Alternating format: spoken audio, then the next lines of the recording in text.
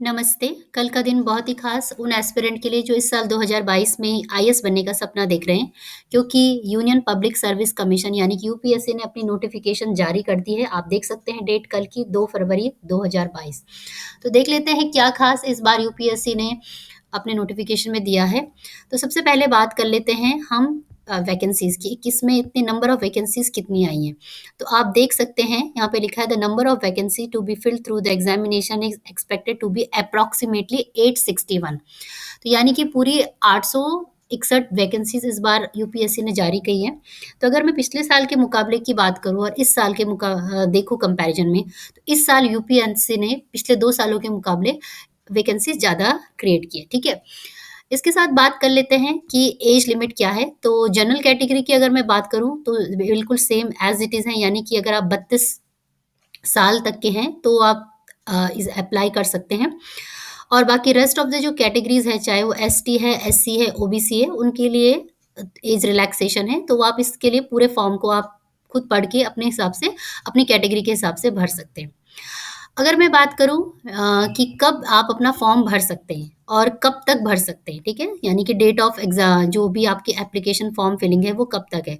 तो जैसा कि आप लोगों को पता ही है, कल ही नोटिफ़िकेशन आया है, तो यानी कि अब आपके लिए ये ओपन हो चुका है और इसको आप देख सकते हैं। The online applications can be filled up to 22 February 2022 till 6 PM. तो जैसा कि अदर कॉम्पिटिटिव एग्ज़ाम में होता है, नॉर्मली लिखा रहता है रात के 12 बजे तक। तो इस पर्टिकुलर में आप ध्यान दीजिए कि आपने ये 22 फरवरी के 6 बजे तक आपने ये एग्ज़ाम किसी भी हालत में आप इसे भरने की कोशिश करिएगा, ठीक है? तो ये चीज़ आपने ध्यान देने योग्य बात है कि आप किसी न किसी हाल में 6 बजे तक अपनी फॉर्म को भर दें। ये है सेंटर जहाँ पे कि आप अपना चूज़ कर सकते हैं, ठीक है? इन सेंटर्स पे आप एग्ज़ाम को दे सकते हैं। सेकंड नंबर जो कि सेंटर्स हैं, वो है जब आप मेंस का आप लिखते हैं तो उस टाइम पे। तो फर्स्ट तो आपको पता है कि प्रीलिम्स होना है, वो है 5 जून को।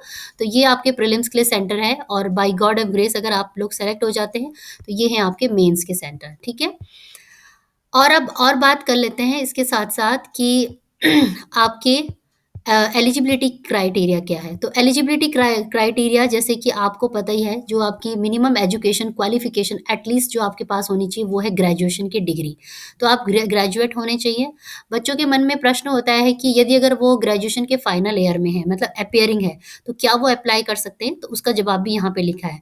Candidates who have appeared at a qualifying examination, the passing of which would render them educationally qualified for the commission examination.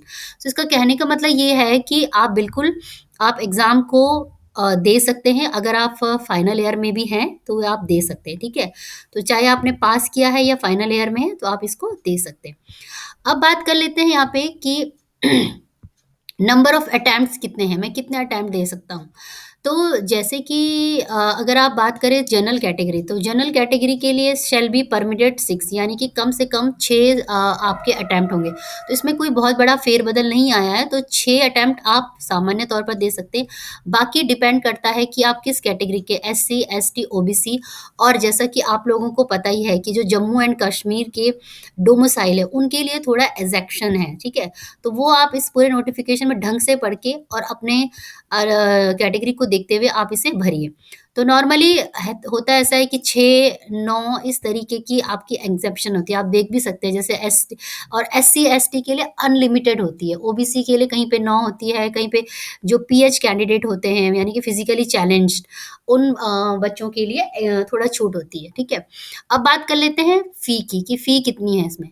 तो देखिए, सामान्य तौर पर जो इसकी फ़ी है जनरल कैटेगरी की अगर मैं बात करूँ, तो वो है मात्र ₹100। यहाँ पे देख सकते हैं आप, पे फ़ी रुपीज़ ₹100। तो केवल आप ₹100 देके आप इस एग्ज़ाम में बैठ सकते हैं।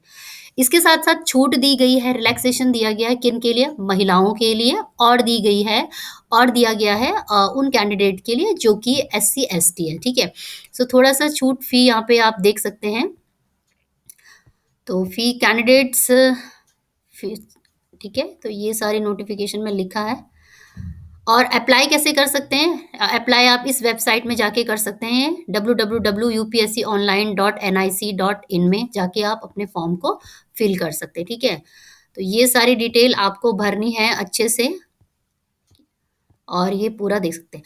अब सबसे इम्पोर्टेंट बात इसमें ये है कि कई बार क्या होता है कि यूपीएससी के फॉर्म भरते-भरते, जैसा कि आप लोगों को पता है कि यूपीएससी में सबसे बड़ा गेम चेंजर होता है आपके अटेम्प्ट। आपके अटेम्प्ट मिस नहीं होने चाहिए, क्योंकि इसमें बहुत लिमिटेड अटेम्प्ट होते हैं, और स्पेशली अगर मैं बात करूँ अ, उन कैंडिडेट्स की जो जनरल कैटेगरी में, उनके पास केवल 6 अटेम्प्ट होते हैं। तो आप अपने अटेम्प्ट बहुत ही ध्यान से यूज़ करने चाहिए। तो कई बार बच्चों के मन में क्वेश्चन होता है कि मान लीजिए अगर मैंने फॉर्म भर दिया है और अचानक मुझे ये लगता है कि मेरी तैयारी नहीं है, या आप किसी वजह से एग्ज़ाम नहीं दे पाए, तो उस परिस्थिति में आप क्या करें?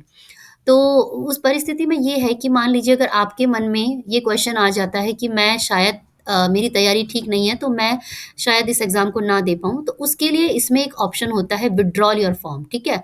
तो अगर मान लीजिए 22 फरवरी आपकी लास्ट एक्सेप्टेंस डेट होगी, तो उसके साथ यहाँ पे लिखा होगा, the facility of withdrawal of application is also available for those candidates who do not want to appear for civil services examination. In this regard instruction are mentioned in appendix IIB for this examination notice.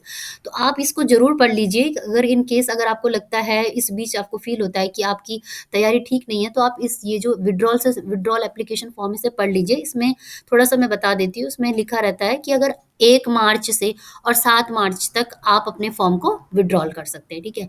बाकी rest of the जानकारी भी इसमें detail में आपको होगी, तो आप please आप वेबसाइट को विज़िट कर लीजिए, क्योंकि अगर आप इतना इम्पोर्टेंट एग्ज़ाम दे रहे हैं, तो मैं यही एक्सपेक्ट करती हूँ कि आप सिर्फ़ मेरे वीडियो पे लाइबल ना रहे, आप खुद भी इस वेबसाइट पे जाके पूरे डिटेल इन्फॉर्मेशन पढ़िए और अच्छे से तैयारी कीजिए।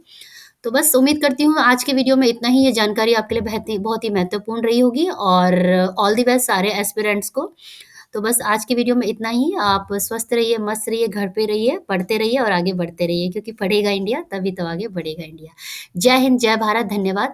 और हाँ, एक चीज़ मैं बहुत ही महत्वपूर्ण जानकारी और देना चाहती हूँ, ये मेरा चैनल बिल्कुल नया है, और हो सकता है कि भविष्य में मैं सोशल स्टडी से संबंधित भी कुछ अच्छी जानकारियाँ लेके आती रहूँ, तो आप चाहे तो मेरे चैनल को सब्सक्राइब कर सकते हैं। सोशल स्टडी मतलब हिस्ट्री और पॉलिटिकल साइंस के जितने भी टॉपिक्स होते हैं, उनके मैं छोटे-छोटे वीडियो आपके लिए लेके आती रहूँगी। और भी मैं इन्फॉर्मेटिव वीडियोज़ बनाती हूँ, जैसे बीएड एटसेक्ट्रा से रिलेटेड, तो आप चाहे तो चैनल को अपने नोन को किसी को सजेस्ट कर सकते हैं। तो बस आज के वीडियो में इतना ही। जय हिंद, जय भारत, धन्यवाद, सत्यमेव जयते।